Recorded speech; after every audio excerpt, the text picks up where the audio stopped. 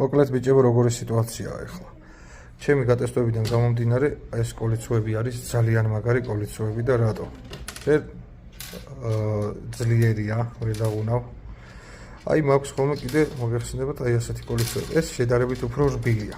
ეხლა ამის უპირატესობა რა არის? ამას წვეროზე წვა არ ეხვევა. განსხვავებით ამისგან. ეხლა უყურე, აი ამას წვეროზე ასე წვა ეხვევა ხოლმე. აი აქედან მხარეს. გატარების დროს, ამოღების ან ქარის დროს. ამაზე ეგეთი შემთხვევა ვაფშე არ მომსვლია. აი საერთოდ არ მომსვლია ამაზე. ასე რომ ბიჭებო გირჩევთ, აი ესეთი კოლიცოები დააყენეთ სახავსეთ. ჩემს მიერ არის გატესტილი, ძალიან საკაიფოდ მუშაობს. და უკვდავია რა უფუჭებელია, არც ხეხავს ზღვას და არაფერი. ეს ამებითაც მაქვს ნათებზავები, ესეც ჩვეულებრივად მუშაობს. უბრალოდ ერთი მინუსი რაც არის, მაშინ წვერზე არ უნდა დააყენოთ ეს, რომ წვერზე გინდა არ გინდა ესე ეხვევა ხოლმე რა ხშირ შემთხვევაში.